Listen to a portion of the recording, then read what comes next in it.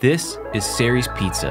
Well, technically it's my home replica of Sari's Pizza. This is Sari's, arguably the most hyped Manhattan pizza spot. And it was graced with a rare 9.2 rating from Barstool's Dave Portnoy himself. I'm going 9.2. So basically what I'm telling you is you can make pretty close to a 9.2 pie at home, no fancy pizza oven required. Weeks of trial and error for me, couple minutes for you. I think it's time we got to making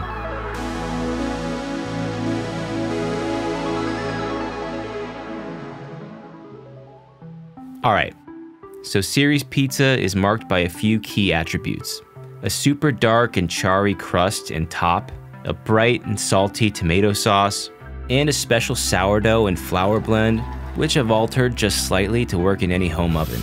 So let's take our time machine back to make our sourdough starter, which might sound scary for some, but I'll give you some shortcuts and workarounds in a minute if you're timid or simply don't have time for it. But trust me, it's worth the wait and it's actually pretty fun. First, mix 50 grams of organic unbleached flour with 50 grams of water. I'm using whole wheat flour to start, but I'll transition to using a blend of whole wheat and bread flour as time goes on. Mark the level to check the rise, then get a breathable lid or clean piece of fabric on top. Then leave it on the counter for 48 hours. Once the time's up, we'll discard half to leave us with 50 grams, and then add another 50 grams of flour and another 50 grams of water. It might smell pretty funky, but that's okay. Keep repeating this process every 24 hours for about 5 to 7 days, rediscarding half and refeeding every time until it doubles in size or a little more. Warmer room temperatures speed up the process and colder temperatures slow it down. You'll know it's active and healthy when it rises consistently without fuss, looks bubbly and aerated, and has a pleasant and almost addicting smell. Then we're gonna feed it one last time about 4 to 5 hours before we're ready to mix the dough. And once it's doubled in size, we're ready to mix. Now, if you simply don't want to go through all that, and you can't find a local bakery willing to cough up their semi-liquid gold, and you want something a little more advanced than just a simple dry yeast, you can use a poolish. Basically, take 50 grams of flour, 50 grams of water, and a pinch of dry yeast. Let it sit overnight, and it's ready to go. It won't have the complexity of a sourdough, but it'll definitely enhance the flavor and structure beyond just the dry yeast. Alright, back to the future. Into a mixing bowl, get 270 grams of water, and to that add about 50 grams of our starter. Give it a little mix to incorporate the starter into the water a bit. Then we're gonna add 362 grams of 00 flour, which is a finer flour often used in Neapolitan style pizza, but it's gonna work for us, I promise. Then we'll add 40 grams of whole wheat flour, which will give us more structure and chew. Then finally, we're gonna add 40 grams of a bolted flour, which in this case, we're just simply using a sifted version of the same whole wheat flour. That's gonna help us get a cleaner and lighter texture. This flour blend was one of the things that I extracted from the Sari's Pizza Bon Appetit feature, and I've adjusted the hydration level to work better in a home oven. We're gonna mix this for about 1 minute, or until it comes together into a shaggy kind of state. Then we're gonna rest it covered for about 15 to 20 minutes. This process is called an autolyse, and it allows the dough to hydrate and start to develop gluten before adding the rest of our ingredients and doing the final mix. Set a timer or listen to the A-side of your favorite album. Once you're done jamming, we're gonna add 9.6 grams of salt and then 9.6 grams of olive oil. The olive oil coats and disrupts some of the gluten strands, which gives a softer and less chewy end result, and helps with browning. If your oven doesn't get very hot, like sub 500, I'd recommend adding about 6 to 7 grams of sugar as well to help with the browning. Let this mix for about 7 to 8 minutes or until the dough is very smooth and slightly tacky, but not gluey. You could do all the mixing by hand, but it'll take a while, like 20 minutes or so. And you'll want to switch hands as you go so you don't wind up with one bicep way bigger than the other. Then rest the dough in a covered bowl to bulk ferment for about 4 to 6 hours depending on your room temperature.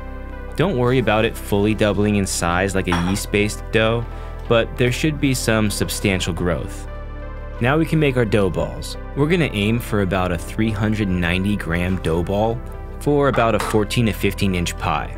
And this recipe should give us 2 of them. To roll the balls, I go with this kind of stretch over type deal and then gently pull everything underneath and tuck it into itself.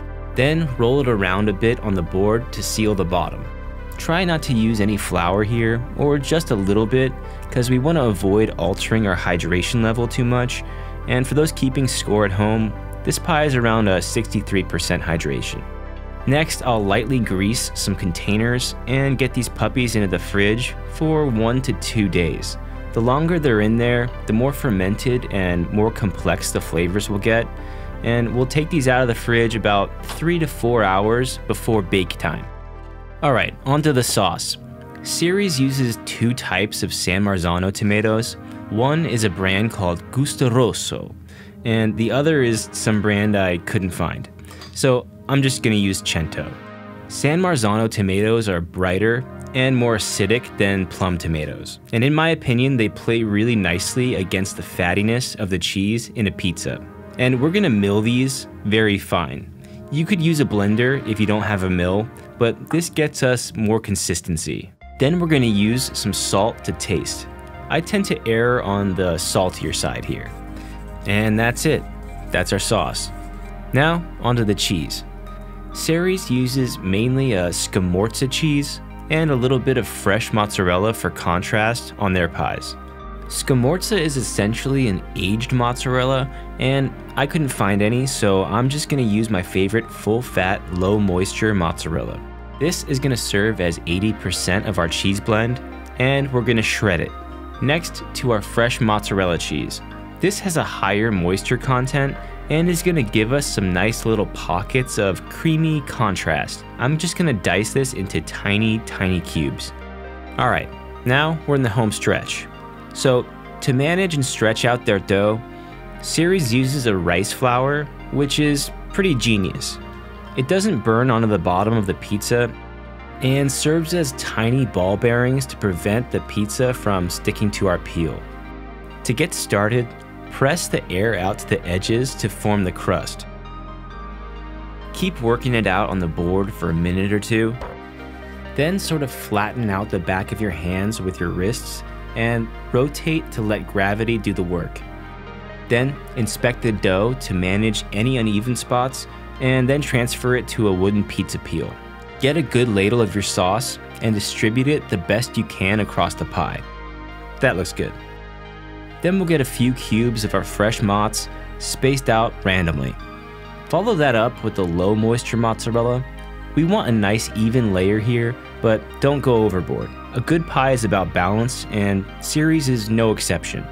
Alright, I didn't get the cleanest launch because it sat for a bit while I was fussing with the camera, but we're gonna roll with it. You wanna get your friend here onto a pizza steel in your home oven on maxed out temperature. Mine goes up to 550. The steel conducts way more heat than the stone does, and you wanna let it preheat for at least an hour and a half. Now be patient. Don't open the door, don't touch it.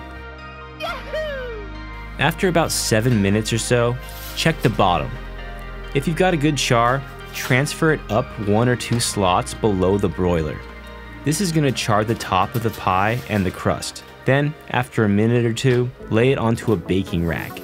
I call this crispy undercarriage insurance. It's gonna prevent the bottom of the pie from trapping steam on the board and sogging out all our hard work. After a couple minutes, it's now safe to cut. And while maybe not practical for this size pie, I'm gonna extract a gigantic New York slice. Ceres finishes their pie with some Parmigiano Reggiano, and some optional, in my case, olive oil.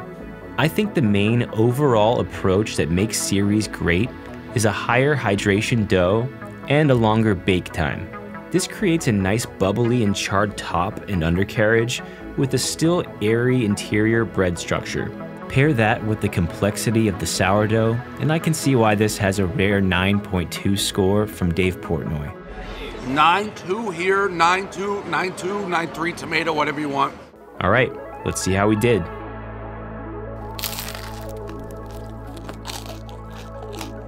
Yeah, okay. Did you hear that?